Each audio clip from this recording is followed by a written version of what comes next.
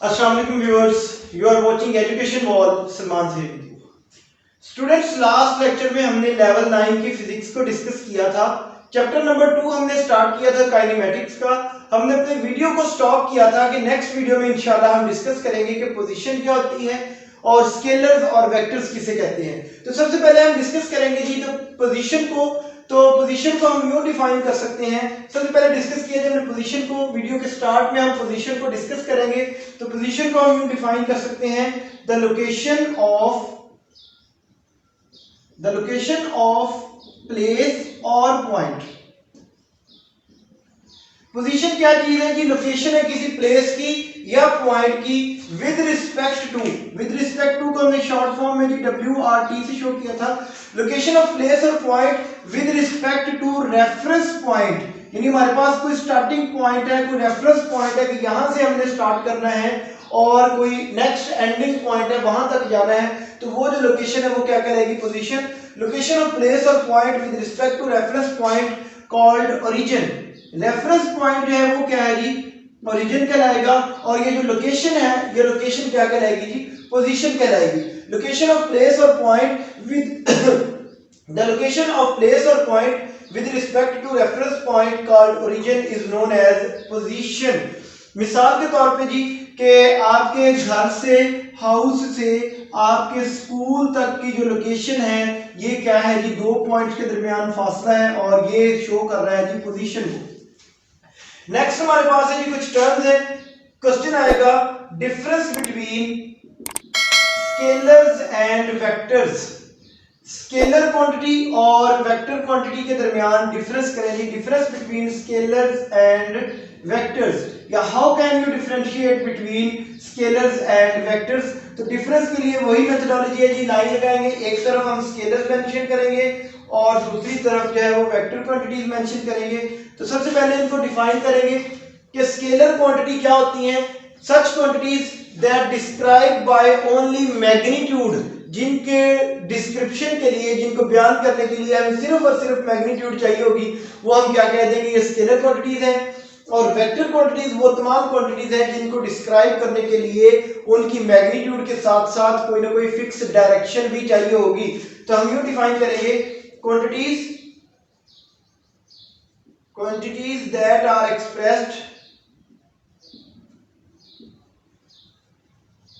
expressed by magnitude only।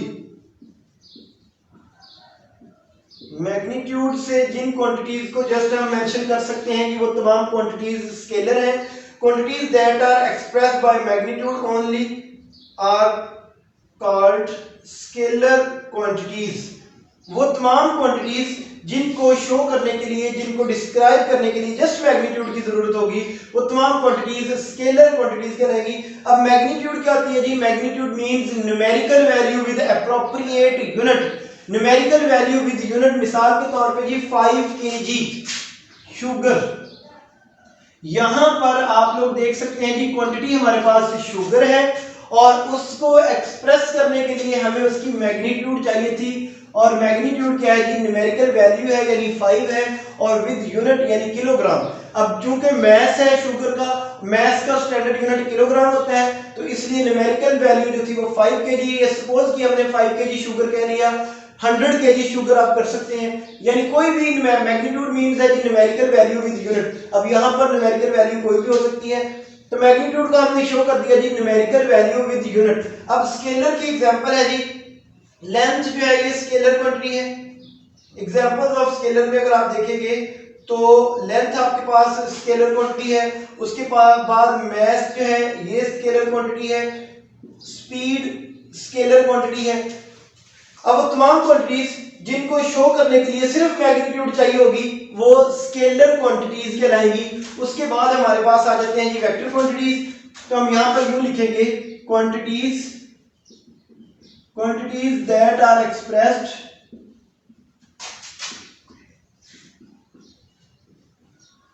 by magnitude and direction.